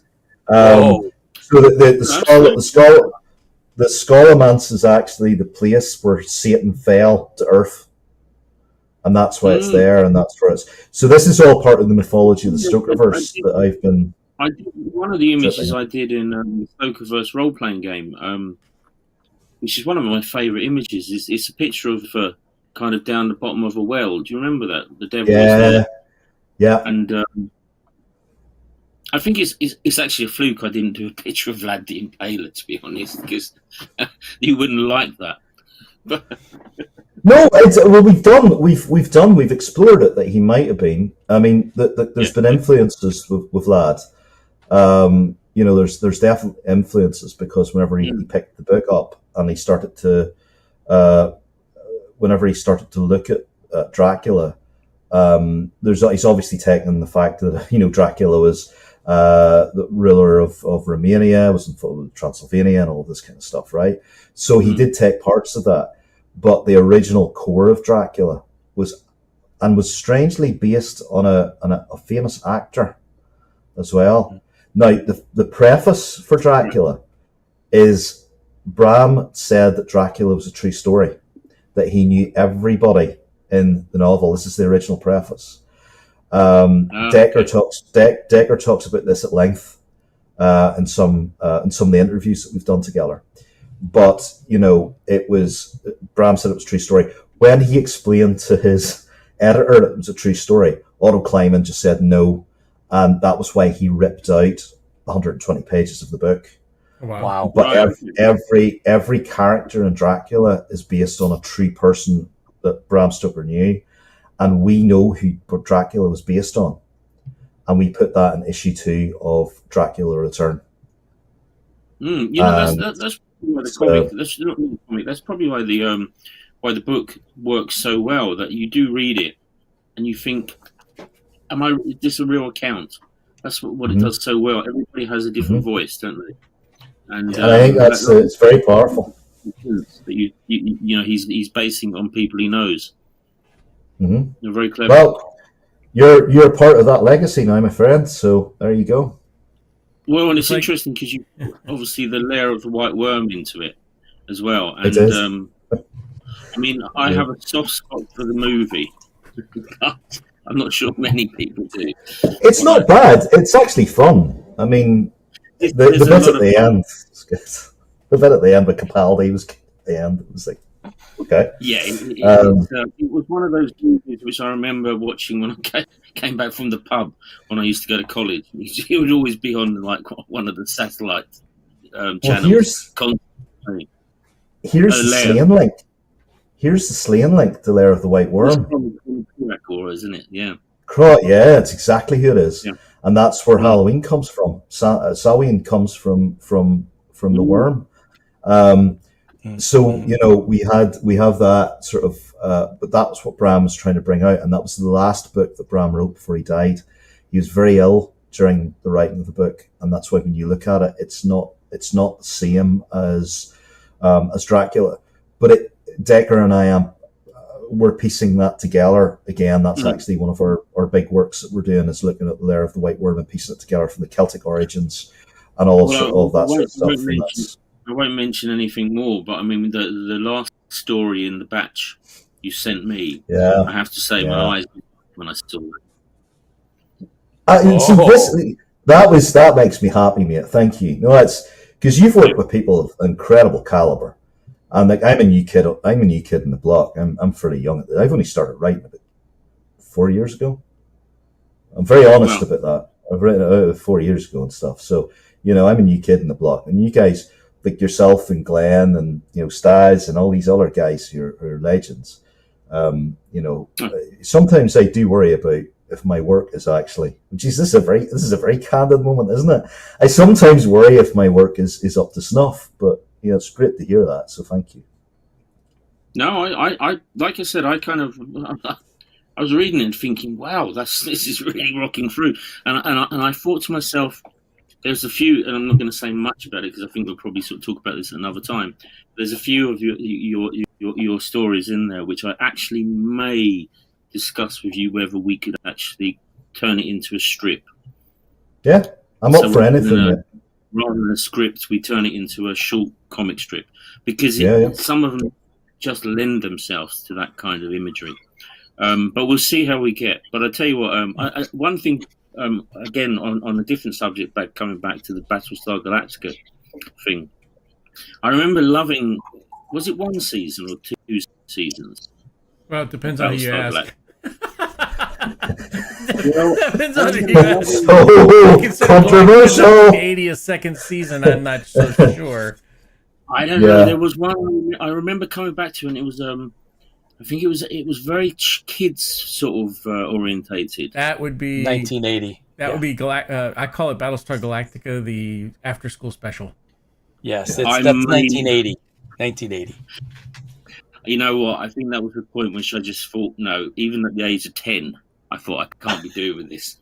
Yeah, agreed. Could have been wrong. Maybe that was. Well, I started watching Battlestar because of these guys. I was brought. I think the first show I did here was like a year ago. I think. Yeah. And I think it was on like Dark Legacies and stuff and doing McAuley and all that sort of stuff. I think it was that. And then I got the whole passion of Battlestar from everybody watching, like Paul and and everybody who was watching. I went, okay, I must watch this, because obviously when I was growing up, it wasn't about. Very similar to Doctor Who. When I was growing up, there was no Doctor Who or anything like that. So I was bereft of all these great classic sci-fi shows. So IFB brought me into the fold with Battlestar, and now I'm sort of like in the middle of Battlestar stuff now. I've written bits and pieces for it, the stock magazine, and working on Stranded Warrior with these guys. Even though I'm just sort of working on the periphery of the Stranded Warrior. But yeah, it's what I found about original Battlestar that I loved, and actually what I tried to bring into Dark Legacies, was hope in sci-fi. Like, there's a lot of darkness in Battlestar, but there's a lot of hope as well. Humans are put into an impossible situation, and they're getting wiped out. It's complete genocide. But the other thing I loved as well, Clint, and it'll probably resonate with you, the original Cylons were reptilian, and you see that with the Imperious leader, where he's sitting on the throne and he's reptilian. It's Satan, and then you get to meet. You never see his face, do you? Yeah. Do you see his face? You kind of do. But he's the serpent in the garden. The whole thing is the serpent in the garden, and humans getting removed from the Garden of Eden. And that's how I interpret it. Whenever I write the Battlestar stuff, I interpret it that way. But we've got this film called The Stranded Warrior, and I say we, but it's Chris and Pete and a lot of very talented people. I'm sort of in the periphery of it. But you're just the executive producer. Yeah, well, yeah. But you guys are the guys who are really crafting this, right? So it's fascinating, because the passion of bringing Battlestar back and doing it in such a professional way with some amazing actors, great SFX guy, great sound producers, amazing. Like Chris has been doing some of the visual effects. He's been directing stuff. It's just amazing. And what we've done is we've brought Chris actually played Count Ibley. So if you remember, that was the Patrick McNee character. He was the devil. And Chris is very good as the devil in it. Mephistopheles. Sutek, Shaitan. Yeah, many names, right? And that's right. I think that whole quite satanic and demonic aspect of Battlestar does bleed through, and then you get the angelic stuff then at the end of the run with Edward Mulhare, and Edward Mulhare's great in it with his little twinkly smile. He's like, "Well, let me tell you," and I'm just waiting for David Hasselhoff to come in the background, trying to get his next mission, But yeah, Battlestar's it's become one of my favorite. And I'm not that old. So I'm one of the new sort of batch. The design work was fabulous, wasn't it? I mean, what stood out for me, and I think it probably is more of an influence than I kind of give it credit for, was like when you saw Starbuck and Apollo, the way in which they were gunslingers, really, weren't they? They were gunslingers in space, and they looked. Everything about their outfits was very much gunslinger, and then you had the whole Egyptian kind of feel to their. And the ship, I had that as a toy, and it was fabulous. The spaceship that they drove around, it was one of my favorite toys. Oh absolutely.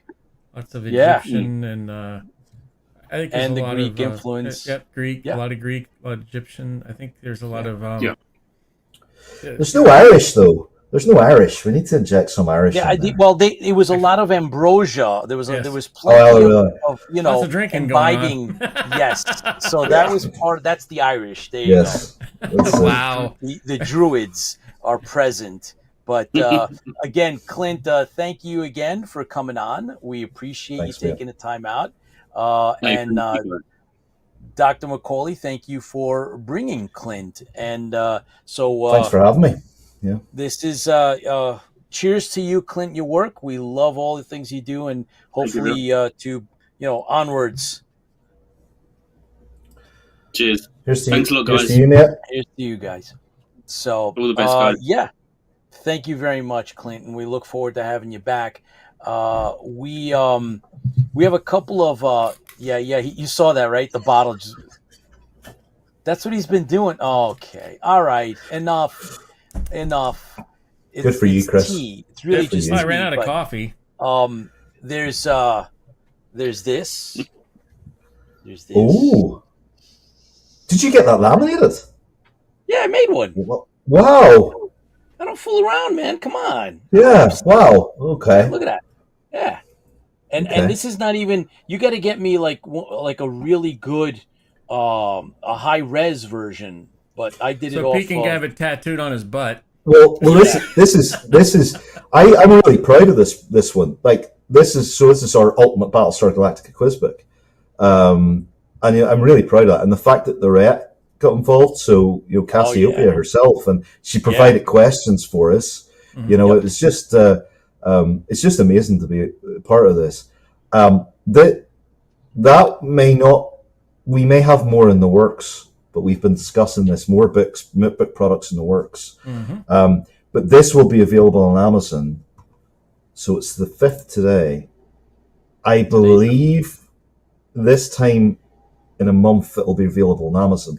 Now, I will say you can buy it on Amazon, but if you want to purchase it from BBV now, I would encourage you to do so. And the reason why is because BBV is trying to reinvigorate forgotten aspects of Doctor Who. And I'm a producer in BBV as well, apparently. But I've written a lot of BBV stuff, a lot of audios, and I've written a few Doctor Who spin-offs that have been licensed to BBV. And there's one that's coming out very soon I'm going to be able to talk about. And it originally starred Colin Baker, the 6th Doctor. Oh, so anything between now and the Amazon release, if you feel that it's very reasonably priced, if you feel that you would like to get an advanced copy and it's an enhanced copy as well because we've got That's right. Yep. we've got images and stuff in there now that we were allowed to put in. It would be great because it really helps fund new British sci-fi in the vein of classic Doctor Who. So I just was I was asked in my role as producer in BBV to just to say that, but it will be available for on Amazon in a month's time. So we'll be able to put that up. So eventually, I think Tipsy will have a link so that you guys can actually go to Amazon and acquire both Schlock with the interviews. I'm still blown away with the Schlock. I mean, It's amazing. I bought 4 of them, and yeah, I have 4 of them as and well. it's like, so, I mean, the price and the amount. It's It's really Gavin, the editor, has been in the publication business since the 80s. So, like, I'm a little pup when it comes to writing. I just started this before. And here we go again. And we're talking. And Chris is doing all sorts of things. Chris will show you this. There we go. And we're back. There we go. We're back. So, yeah, there we go. There he is. But yeah, Gavin creates fantastic products, and he does a lot. If you like Lovecraftian stuff, he does Lovecraftina, which I've contributed to. But I've been in Schlock now, God, about 12 times in the last 3 years. Wow. And I'm submitting something new. I'm submitting a sci-fi military thing to Gavin tomorrow, so hopefully he takes it. But I love being in Schlock, and it's all about new inventive sci-fi that appeals to people who like classic science fiction. Like, space battles, aliens, heroic stuff. Sometimes a little bit dystopian, but really, Schlock really wants to put forward classic sci-fi, and that can be very hard to do. It reminds me of a fanzine. Yeah, it's kind of cool. Yeah, it's really cool. Great. Though. Yeah, yeah. I think Schlock's been going now. Schlock's been going for about 8-9 years. Gavin will probably correct me if he's here, but probably about 8 or 9 years now. Like if I thought it was on, I'm pretty sure it's been around for maybe more than that. It probably is. Yeah, probably more than that. You're right. So I wanted to bring up. There's a couple of things that we need to discuss real quick, guys. One of them is that I will be at LA Comic-Con October 6th, that's Sunday, with Bert Oliver Boehmer, a sci-fi award-winning writer, author. So we will be attending. We did not get a panel this year. It was our first application. I mean, so we didn't get one, but that's okay. We're going to be there to just participate. Yep, it'll be great. The other thing, for those of you that are hanging on and watching and are going to watch this in the future, right, as a rerun, as a repeat, which we get tens of thousands sometimes of you guys watching, and we appreciate it. We thank you for it. But for the Battlestar Galactica fans, we have actually been talking with Jack Stouffer, who is Lieutenant Bojay. He is Jack is not doing any more conventions, and he is willing to do a private signing. He will autograph. Yep, we're gonna have a choice of basically 3 of his stills that he would normally have at conventions, and we are going to have a private signing. And so we're working out some of the details behind that. And, for whatever reason, Jack believes that all the fans that ever wanted to meet him or see him have basically done that. And I corrected him. We were on a conversation. That's a nice, all of those are nice. Mm-hmm. But it was myself and Tipsy Toaster. We had a really long conversation, and I said to him, "No, listen, Jack. There are a lot of your autograph. Yeah, we don't have your autograph. So we're going to band together, everybody. We need to hear from you. We're going to put a poll up on IFB, and we need to know in advance how many of you would like to have a personalized autograph by Jack Stouffer, Lieutenant Bojay. It's going to be priced the same as it would if you were acquiring this convention, through at Hollywood signing. Except There's this there'll one. be some money for shipping probably. Yeah, the shipping cost, obviously you got to absorb that, but this is not we're not profiting on this really. It's just the cost of doing it. The bulk of all this is going to Jack. That's the whole idea behind this, and it's an opportunity for all of us as Galactica fans to get his autograph. He will personalize it, and if you're interested, guys, you need to speak up. Right, so we need to be able to have some numbers to show him, right? And if that's the case, he said he will gladly do it. Chris, you have those 8x10s that you held up. Yes, those are from his collection. Yes, those are the ones that he would normally take to conventions, and so we are working out the particulars. We're gonna have, if anything, it'll only be from 3. You'll choose one of 3. And you would put down like what name you would want, and he will personalize them, and we'll get them to you. They'll be mailed out to you individually. So, okay, cool. Rob Baum says I'm interested. Commander Kane says he's good, so that's great. That's there's 2. Me, you. Yep. Chris, me as well. Yeah, look, it's the ultimate collector's edition, right? Yeah. This is not gonna be, he's not doing it anymore. So you want this, and look, one of the suggestions I would make for people out there is get it dated, because this is the last ever signing this guy's doing. So once you may already have one from him, but if you get this one dated and it's the last ever signing, this actually means a lot more. Yeah, that's a great idea, Doc. Thank you very much. And don't forget, we will. He's not just someone who was on Battlestar Galactica for a couple of episodes. He was a groundbreaker in soap operas. He was. He worked for Richard Hatch, didn't he, in the soap operas? Is that right? Richard Hatch, both, and they were. Yep. And he was also on a couple of different Broadway shows and those kind of things. He's got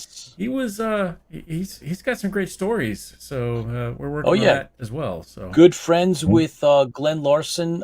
He shared some stuff that he did not, given the opportunity, he was able to tell us a lot. That we sat and we spoke to him. Tipsy, you've been talking a lot with him. And things should that we tell him about what role he turned down? And yes. He's been telling us stuff that he would not talk about at conventions, right? So we're gonna have him on the show. Let him say it himself. We're gonna have him on the show, guys. He's gonna be here with us on the 17th when we for sure, and then we'll probably have him on again later on. Oh yeah, we will. We're gonna step into our 5th season on September 17th. We're gonna have Lorette Spang Cassiopeia is going to be with us. Jack Stouffer, Lieutenant Bojay is going to be with us. Eric Larson is going to be with us here on IFB, as well as Dr. McAuley. And maybe somebody else. We'll see. Yep, we're working on possibly another original star. So there's a lot. Oh, so Rob Baum says, did he ever sell? I don't know. I don't know, Rob, but the bulk of what he had was either Galactica Pictures, or maybe there was one or two, maybe one of him when he was on the soap opera, and or with Richard Hatch, because they would do a lot of shows together, so you could have him autograph, and then you'd have Richard Hatch autograph the same picture. But we're only going to be doing 3. We're only gonna we can only handle 3, A, B, or C, and then you would choose which one. We're going to make it very competitive. So for those that are interested, right, we're taking notes, and it would be really cool. I sent you a text also just recently. While we're on the show, we got a confirmation. That Jean-Pierre Dorliac will be here on the 26th. On the 26th. So there we go. Jean-Pierre Dorliac, guys. Incredible. It's really cool. He's exchanged some information with us, some behind the scenes stuff. And so, we'll be able to talk to him. Pictures, some of his drawings, his drawings that nobody else has released. He's got the ones that he's done of different So guys, don't forget, Artwork you got to is step amazing. up and let us know if you guys want Jack Stauffer personalized autograph. You got to let us know so we can make this we'll put happen. that poll up here in the next day or so, and this all, IFB. and honestly, this is a way of showing your love to an actor who's given us a lot of joy over the years. You know, all the reruns, all the rewatches and stuff. You know? Yeah, absolutely. There's a lot of joy in that, and I think it will make them feel good if we can really pump those numbers up. Yes, that's the point. Okay? Yeah.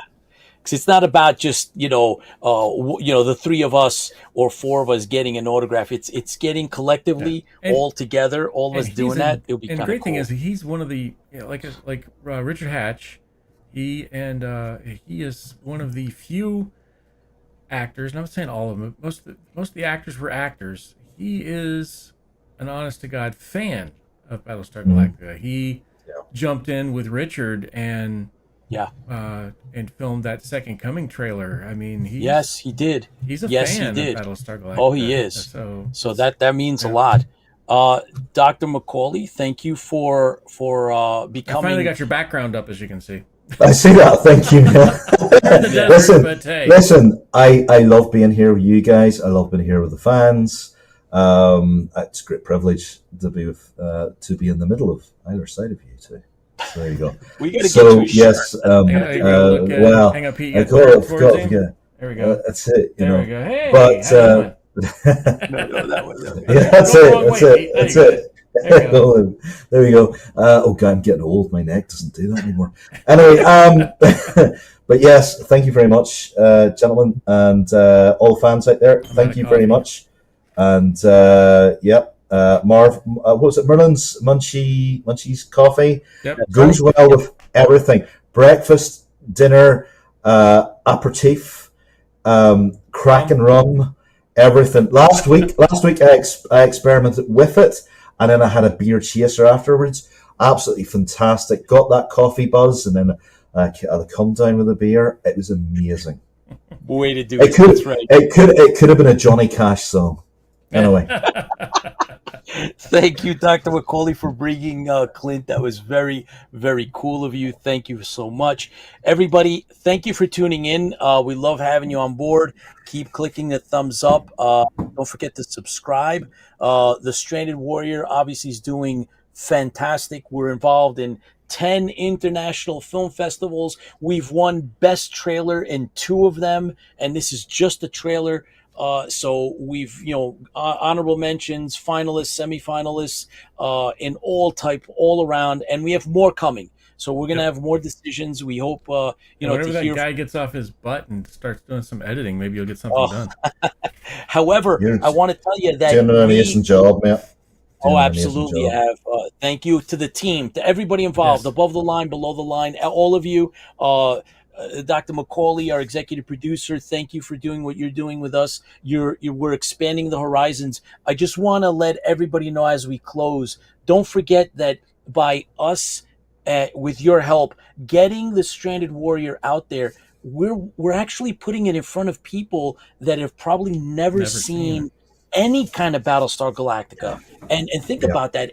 Around the world, whether it be in Sweden, Dubai, India, or all over. I mean, Italy and United States, everywhere, all over the world that we've applied and sent out the trailer that's being actually screened. Spain and France, and they're watching a Battlestar Galactica vision, and it takes place in the old, in the classic Galactica, and so we're giving back in different ways. And this has been this is like we got front cover of a science fiction magazine that's read by thousands, millions. It's a very well established magazine, so we are trying our best to bring Galactica back. Ready. No, listen, come on. I've been good tonight. It was in a direct quotation. So Yeah, it's yeah, all yeah, right. yeah. That's good. That's good. But thank you, Dr. McAuley, for helping us out as executive producer. Thank you so much for helping us get to these levels, getting us, the quiz books and getting I us, love that. the schlock and all that stuff. I I'm love telling it. you, Pete's gonna have it tattooed on his butt cheek. So It's gonna be like it's gonna be right here, right here, right Oh, here. So that they want to see a when tattoo? I Hang see on. Yeah. when I see the Tipsy Toaster, he's gonna get one of those. But anyway, and the last thing you'll see as you go down is the quiz book. But It'll be Lorette's name. It'll be Lorette's name coming very quickly towards you. it's right there, no matter what. Thank you, everybody, for supporting. Thank you so much. We've got all this stuff going on, and we really appreciate it. Don't forget to, keep an eye out on our social media, Yep. whether it be Stranded Warrior, IFB, right? We For all of Tipsy the Toaster, for above. that Don't matter. forget, we're on Twitter, we're on Twitch, we're Twitching, we're Twittering, we're And Facebooking, we're and Dr. McAuley, you're out there as well. You have the Stokerverse is out on social media. Yeah, I'm about. You just giggle me. I'm on like Doctor Who wikis and Terminator wikis and all sorts now. So, yeah, there you go. And there's more to come, but we'll talk about that later on in I the year. swear he said giggle me. I was going You can giggle me, tweet me, twat me, whatever you want to do. Oh boy! All right, guys. Here's to the fans. Yes. Here's to Dr. McAuley. Here's to Clint. Here's to everybody out There there. you go. Thank you so much, and keep the faith. Yep. Fans feel the fleet, guys. Feels. There we go.